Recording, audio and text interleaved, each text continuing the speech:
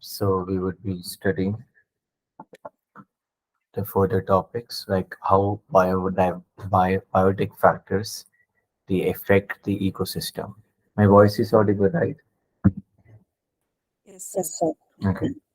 So the biotic factors, like abiotic, we understood that abiotic factors are those factors which are non-living organisms or like non-living entities are the abiotic factors. Biotic factors are the living or once they were living. Okay, they could have been died, they could have been the become a prey, and they could have contributed their self in the food chain, in the eco chain. So they were once a time they were the prey or the predator. Okay, so that is why it's called once living. So it includes the role of the living organism, how they play within the ecosystem. So this is the biotic factors. Okay. Now we try to understand a new concept called as population. Okay. Yesterday, someone asked about the PPT, so I will share this PPT on the regular notes WhatsApp group. Okay. So I share this PPT. So now we'll move on to population. So population is a group of individuals of same species that live in a given geographical area, share or compete for similar resources and potentially reproduce. Okay.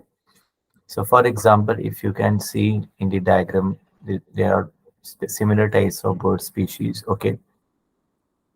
So it is a group of individuals. Okay. So it is a group, as you can see, it's a group of multiple birds. And these are of the same species. You do not see a parrot in between them. You do not see some other kind of, you do not see an eagle between them or a vulture or an owl between them. Okay. Species are the same. And the geographical area is also the same. It's not that they are scattered. Okay, so in one geographical area they are there. They can be in multiple geographical areas also, but in that area also they would be in a group, not scattered away. Okay, and they share or compete similar resources. Like for example, as you can see, all of them are sharing the resource. One of the resources is the river. As you can see, they are like residing in the river, swimming in it. If they need to eat some food or the prey, then they all of them would go after one prey. Okay, so they kind of share the similar resources, and they potentially reproduce among themselves so as to produce newer offsprings. Okay, so that the it keeps on going, culminating into further generations and all. Okay, example of the population is like the rats in an abandoned dwelling. Okay, in a sewer you can see multiple rats would be there in one group. Okay, teakwood trees in a forest track. Okay, you can, like, suppose if there would be trees in a forested area, then you would not see multiple varieties of tree one after another, like one neem tree, one people tree, just like that. Okay, if there would be, usually if someone does it in an artificial manner, a man-made, a human being does it, that is a different thing. But naturally you would see, or like there's a saying also, all birds of the same feather flock together. Okay, what it means is that similar type of species are together with one another.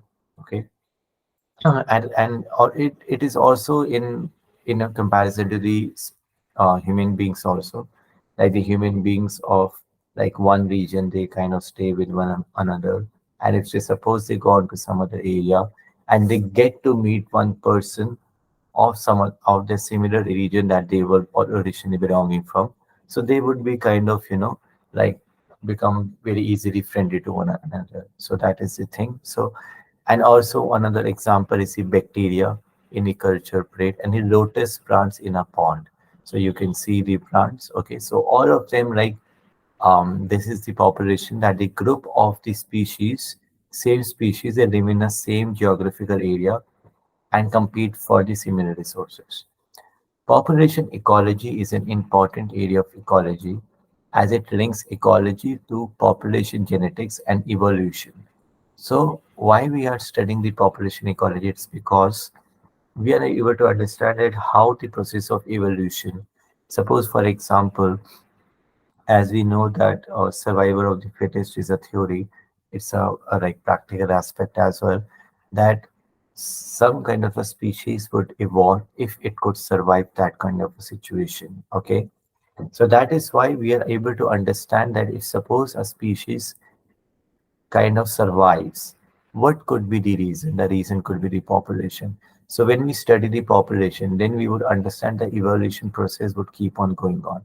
But if the population decreases, then it could be a possibility that the species could not evolve, and eventually that species could get extinct as well. So that is why population ecology is very important, because whether the similar kind of species would move on or would uh, continue to exist in the future generation or not, that would highly depend upon the current population of that kind of species. That is why it is told that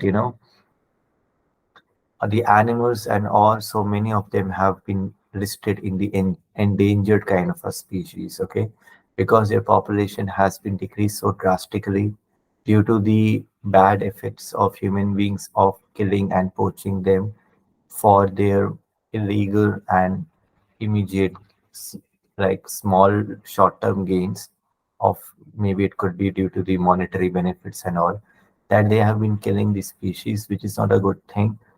So this is how the population density decreases, and it could result into the decline of the population and resulting into the extinction of the species. And when it happens, then the food chain would get disturbed. And when it gets disturbed, then we would understand the indirect aspects, that how it affects our day-to-day life. Okay, so every kind of species that has been brought up on the earth has its own significance. Even an insect, even an housefly, every kind of species have its own role to play in the ecosystem. Just because we do not have that understanding at this moment doesn't mean that they do not have significance. Okay, so that is why it is told that not to, like to hunt or kill or poach the animals like that, or or it could be the trees or the plants or like that, not plucking the plants, not plucking the flowers and all. Okay. Next, we move on to the attributes of the population. Okay, so the first attribute is the birth rate. What is the birth rate? It refers to the per capita births. So, for example, in a population, per capita, the capita could be anything, okay? It could be of the lotus, it could be of a human being like that, okay? So, right, like for an example, in a pond, there are 20 lotus plants, okay? And through the process of reproduction, okay, 8 new plants have been added. Now, the current population is 20 plus 8, 28. Okay. So the birth rate is 8 divided by 20. Okay. So that is the per capita birth rate. So 0.4 is the birth rate. That is the offspring per lotus per year. Okay. So this is the birth rate. Okay. Now we move on to the death rate. It refers to the per capita deaths. Okay, so 4 individuals in a laboratory population of 40 fruit flies died during a week. Okay, so out of 40 fruit flies, okay, those kinds of fry which um, they come up on the fruits. So out of them, four died. What is the death rate now? 4 divided by 40. So 0.1 individual per fruit fly per week is the death rate. Then we move on to the sex ratio.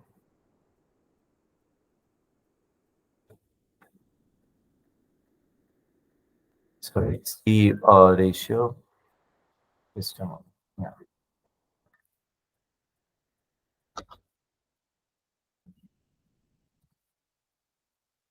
So sex ratio is a population has a sex ratio, right? There it has a population is been divided into two genders, male and female. Okay. So if in a population of 100%, there is it's 70% females and 30% male. So the sex ratio would be 7/3.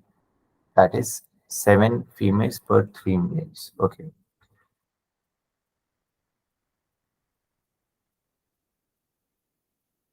Now we move on to the population density. Population density, it is the number of the individual of species per unit area or volume.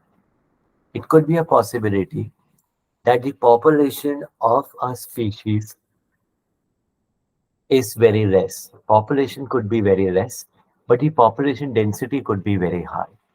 And how is it possible? Suppose if in a region of maybe 10 acres of land, there are maybe 200 Siberian cranes, okay? So that is one kind of a population. That is a population of 200 and the area is like 200 acres, okay? Now, for example, if I say that the area has been decreased to from 200 acres to 5 acres, okay, and the population density and the population of the cranes is 150, okay, so that means the population density of the area of 5 acres would be higher than that of the 200 acres because the density has been narrowed down very much, but the population of the Siberian cranes have not been significantly reduced. Okay, so it is the number of individuals. Not, we do not just consider the number of individuals, but we also consider the unit area or the volume. So the example of population density of Siberian cranes at Bharatpur wetlands, okay, in any year is less than 10. It is millions for uh, calmadomons in a pond. Okay, so calmadomons is kind of a species in a pond. Okay, so it has a different population density as you can see in the picture. In a very small area, you can see so many of these species, okay, but you cannot see much of the Siberian cranes. Okay, so population density does not just rely upon the number of that individual species, it also depends upon the area.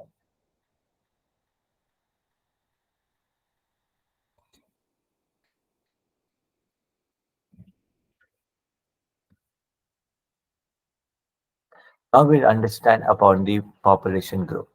So there are four basic processes that fluctuate the population density. How the population density is being affected, we will understand the four processes. Okay. Number one is a natality. What is natality? It is the number of birds in a population during a given period. So natal means to give birth. It is like birth is called as natal.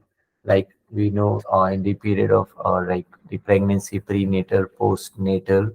So prenatal is before the birth of that individual. Postnatal is after the birth. Okay. So natal means the birth. It is the number of birds in a population during a period. Mortality is the number of deaths in a population. Immigration is the number of individuals of same species that have come into the habitat from elsewhere during a given period. So, what is immigration? Immigration is in a region we have not found that individuals ever. Okay, that kind of an individual or species of individual we have not found that in one region. Okay, but due to some reasons, maybe due to um, like traveling from one place to another, it happens that an individual species come to a region or come to a habitat, okay, and then they multiply into that region. So that is the process of immigration. Like it happens in the aspect of human beings also. Like we could consider that earlier the one national citizen used to reside in that country, but due to the immigration policies, it has happened that um, individuals from one country are being going to other countries. Okay, they're immigrating from one country to the another country. So if a person comes goes to United States from India, so that person is immigrant to the United States. And if a person comes from United States to India, then that person is an immigrant to the India. Okay, so immigration is coming from one place to another place.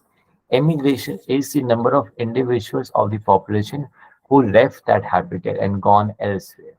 Okay, so if a human being is residing in United States and that person comes to India, so the person has emigrated from the United States and immigrated to India. Immigration means leaving that place, leaving that habitat, leaving that country, and immigration means coming to that place. Okay.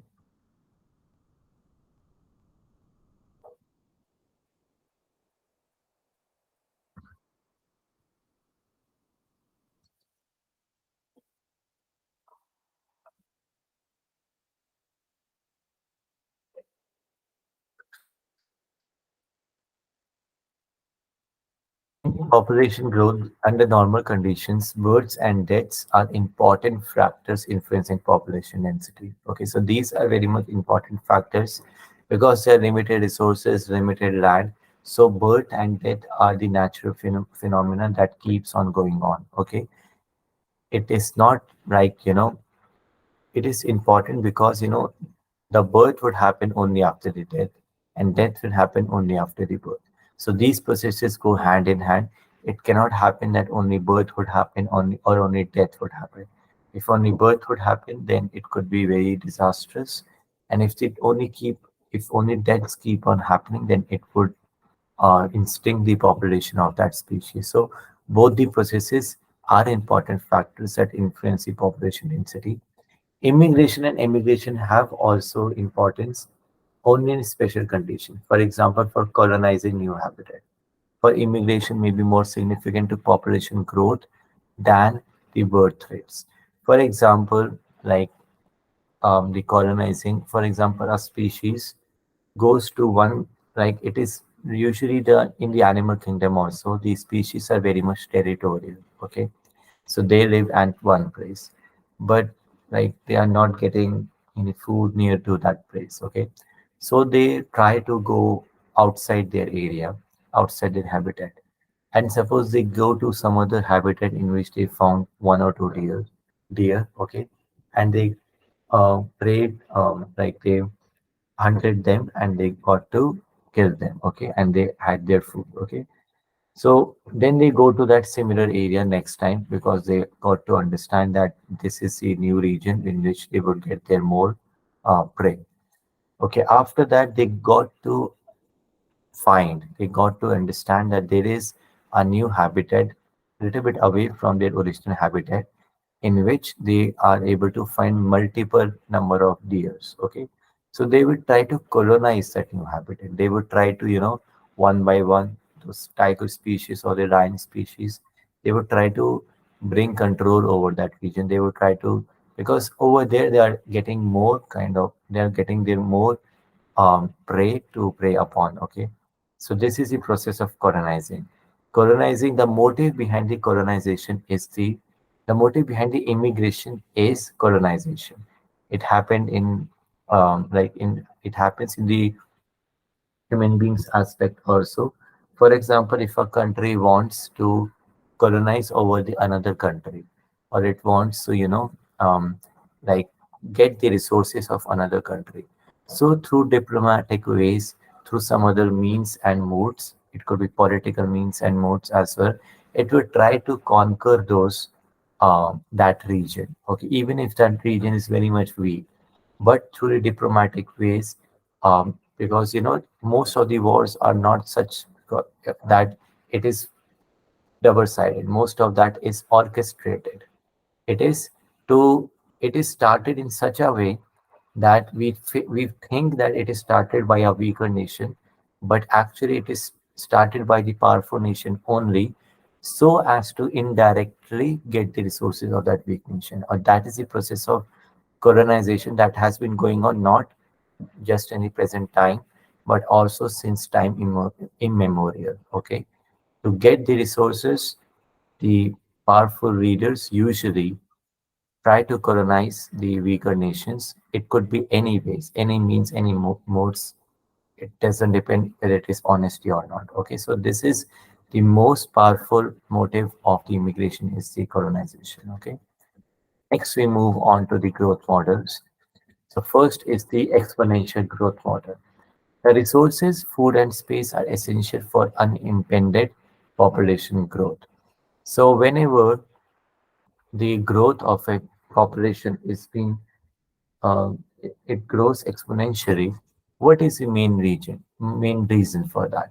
It is resources, the food and the space. For example, if the space is too much, then the growth in that region would exponentially grow. Okay, the population would exponentially grow in that region. If the resources are unlimited, each species shows its full innate potential to grow in the number. Then the population grows in an exponential or geometric fashion. So, like continuing the previous example that I gave in the previous slide, suppose the country, the human beings are residing in a country, and they got to understand that, all our resources are about to get exhausted in next 10 to 15 years or 20 to 25 years. The planning to occupy some other region which could have abundance of resources but are the weaker nation. So that planning doesn't happen like 1 or 2 years ago. This kind of planning happens 20 years in advance, maybe 50 years in advance as well. Okay. So that is why how to exponentially grow into some other region is through the resources. If suppose a nation has a lack of resources and it got to know that there's an abundance of similar kind of resources which are very much important in day-to-day life, so that nation got to know about the region in which we could find that abundance of resources. Then the process of growth of that population happens in that new region by the nation that has colonized the latter region. Okay, so this is how the exponential growth happens. The motive behind the exponential growth is the resources. Resource could be food, it could be space, it could be other reasons also. Okay.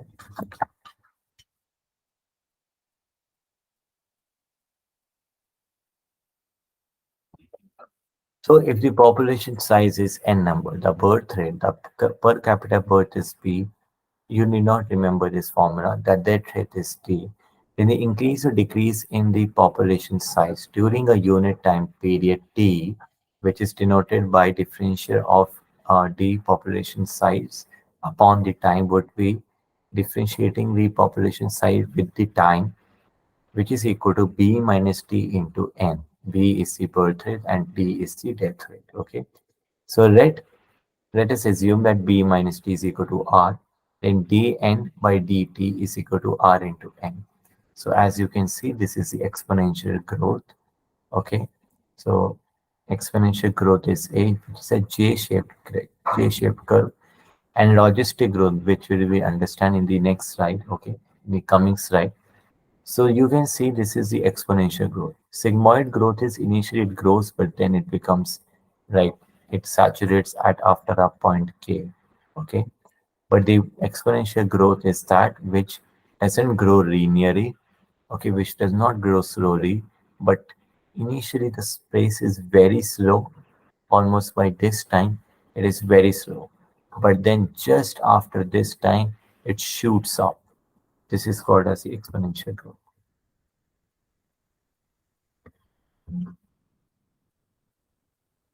Now we'll understand the logistic growth.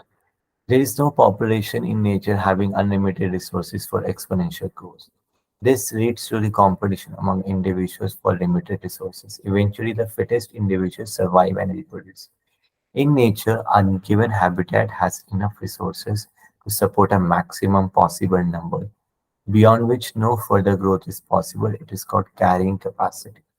Okay, so what it means is that like the exponential growth is it's a kind of an idealistic concept. Okay, there is in the earth, there is not even in earth in the universe. Okay, nothing is in unlimited form or like infinite form. There's no infinite resources. Okay, so if there would have been infinite resources, then the population could have kept on increasing, and resources would never have depleted ever. Okay, so there would have been no problem. But this is not the reality. The reality is that like there are limited resources.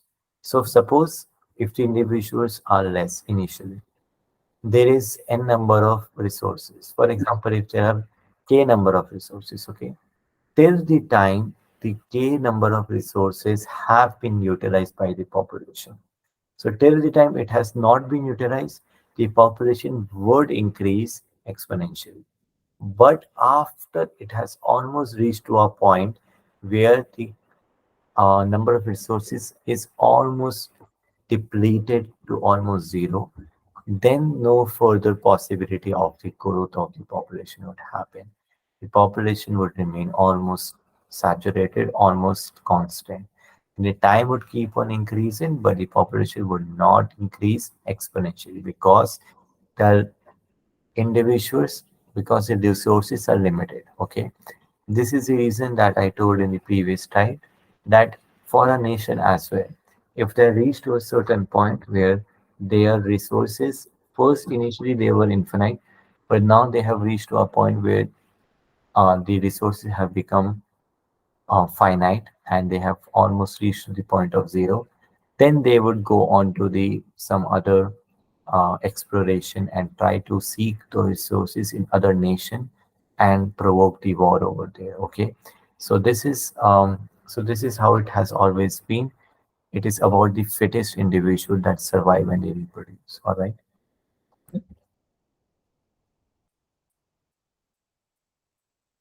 So a population with limited resources shows initially a lag phase, phases of acceleration and deceleration, and finally an asymptote.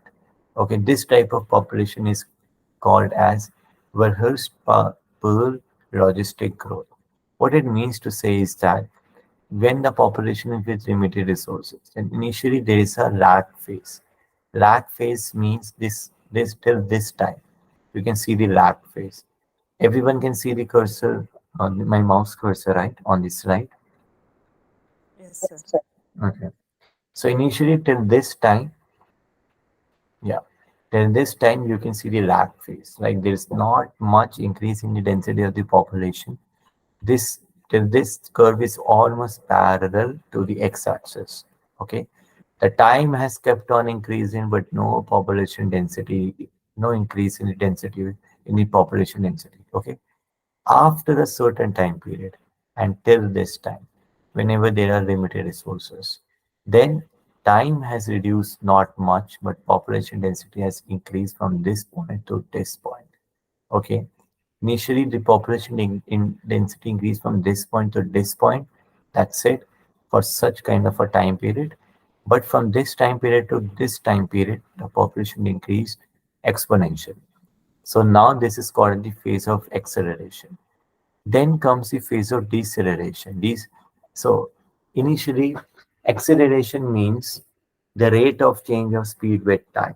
So when the rate of change of speed with time is very high, that is called as the acceleration. Whenever the speed constancy is not there with the time, that is called acceleration. That is the rate have of the speed has increased drastically. That is acceleration. Okay, and deceleration is the rate of speed has decreased drastically. So initially it was very fast, now it decreased. And finally asymptote is a kind of a curve that is parallel to some other line or a curve. Like here it is asymptote, it has become like parallel to the constant k. Okay, so that is why it is called as the logistic growth, which is a sigmoid curve.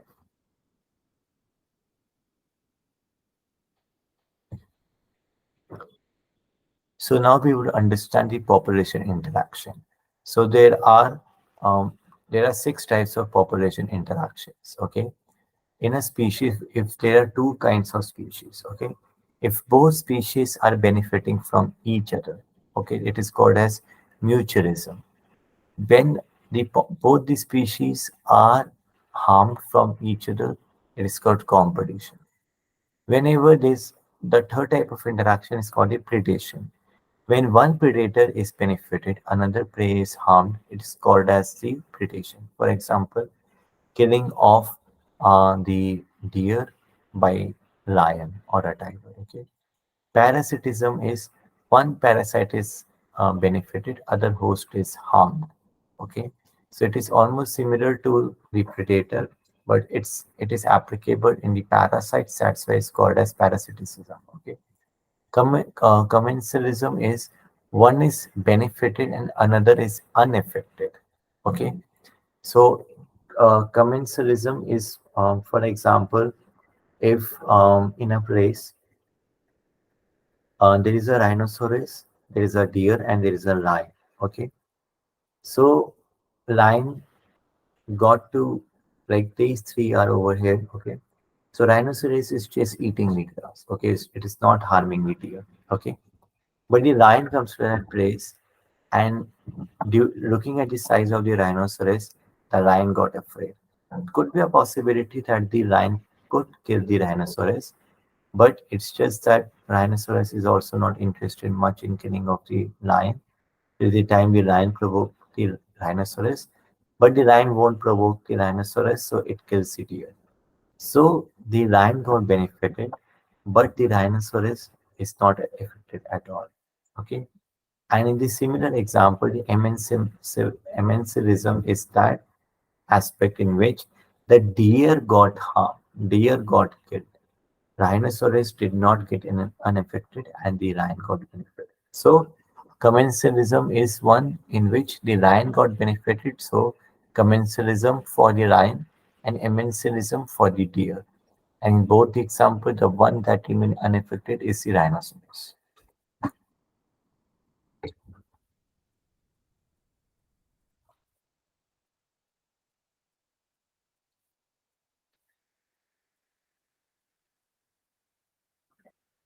So we understand the four basic components of ecosystem. Okay, one is productivity, second is decomposition, third is energy flow, and fourth is nutrient cycle. Okay, so first we'll understand about the productivity.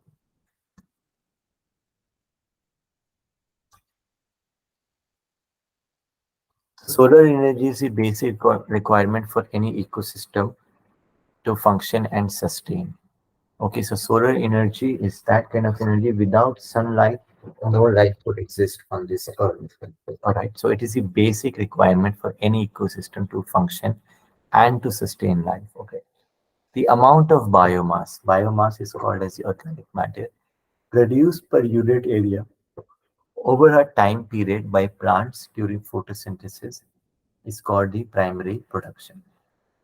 What it means is that the amount of biomass means the matter, the energy that has been produced through the organic matter, okay, which is produced per unit area of a specific region for a unit time, for a specific time period by plants themselves. Okay, so it is through the process of photosynthesis, and the synthesis is called, photosynthesis happens through the sunlight. Okay, it is called as primary production. It is expressed in weight or energy, kilocalories per meter square or per meter gram square. Okay, the rate of biomass production is called productivity. Okay, if the rate is high, the productivity. If the rate of the biomass production is high, then the productivity would also be high. It is uh, so okay. Then it is expressed in per grams per year or per kilocalories per meter square per year. Year is the time period. Okay. It is divided into gross primary productivity (GPP) and net primary productivity (NPP).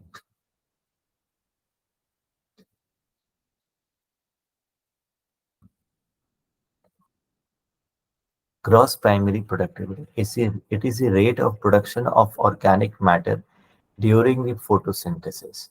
A considerable amount of GPP is used by plants for respiration. So it is the rate of production itself. Okay. So how much the organic matter is produced as in whole, that is called gross primary productivity GPP. Net primary productivity, it is the available.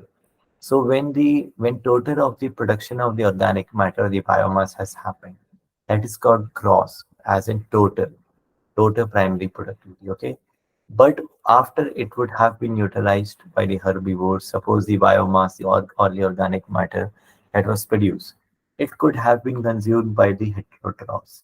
Okay, then the remaining biomass that is left, it is called as in net primary productivity. Okay, so primary productivity, that is NPP, is always less than the GPP. Okay, so how much it is less? It is less by the respiration loss. So NPP is equal to GPP minus respiration loss. Okay.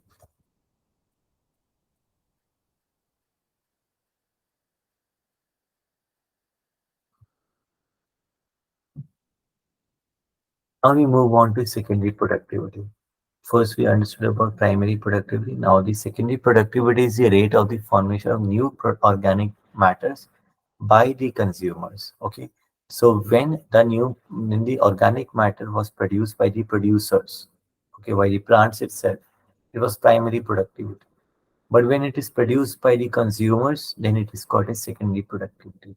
Primary productivity varies in a different ecosystem because it depends on plant species inhabiting in that area, environmental factors, and availability of nutrients, photosynthetic capacity of the plants. Okay.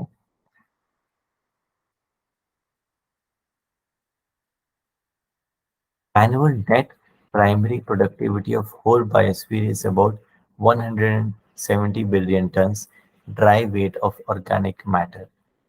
Of this, despite occupying 70% of the surface, the productivity of the oceans is only 55 billion tons. Okay, so what it means to say is that out of the annual net primary productivity of the whole biosphere, which is 170, okay, dry weight, 170 billion tons is the annual net primary productivity. But out of that, despite that the oceans are consuming almost 70% of the surface, still the 50, it is the productivity of the ocean is only 55 billion tons out of 170 billion tons. Okay, so the productivity is very low. Now we move on to decomposition. Decomposition is a breakdown of complex organic matter by decomposers into unorganic substances like carbon dioxide, water, and nutrients. Okay, so when the complex organic matter, not the simple organic matter, complex form of organic matter is decomposed, is broken down by the decomposers into inorganic substances. Okay, that is called as the decomposition. It is largely an oxygen requiring process because without oxygen, the breakdown cannot happen because oxygen is needed for the process of the breakdown to happen. Raw material for decomposition is called as the detritus. Okay, so decomposition cannot happen without any raw material. Okay, raw material could be a dead plant remains, which could be leaves, bark, flowers, etc., or the dead remains of the animals or fecal material. So the raw material is, which are the examples that I just gave you, which are mentioned on the slides. These examples are called detritus. As you can see in the image, various dead remains of the plant, various leaves, as you can see, are scattered over there. So decomposition would happen only if the dead remains of the plants would be there. Or you can see in the figure, or you can see in the image that the dead animal is lying down. Okay. So the decomposition process would happen only after the dead raw material is available. If there is living organism, then the decomposition process cannot happen. Okay.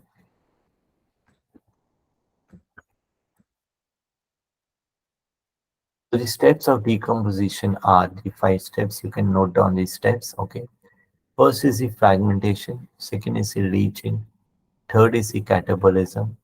Fourth is the humidification. And fifth is the mineralization. Okay. These are the 5 steps. You can remember these steps only. Okay.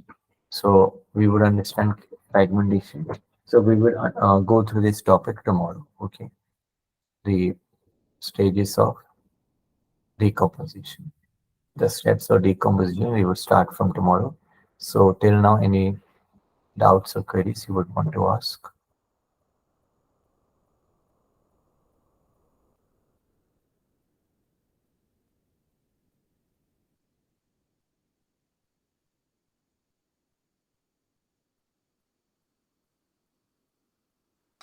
No doubt, Like sir. what type of the questions will be asked in the exam?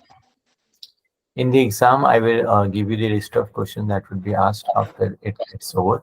Till the time you can understand about the process of decomposition, the steps of decomposition, the productivity, what are the two types of productivity, okay, like these kinds of questions, okay, and other questions I would deal with them after I complete this thing, okay. Then I would tell Okay. you the questions. We would do that in interactive classes, okay. So I will tell you the questions and the answers as well. Okay. Sir, would you be sharing the slides today? Okay, I'll share it. Yeah, I'll share it today in that group. Thank you, sir. Yeah, notes group. Okay, so did you I like was it clear? Are you understanding Yes, things? sir. Or it's just going Yes, about. sir. No, sir, it is fine. Your understanding. Okay. Yes, sir. Okay, okay, then I'll okay then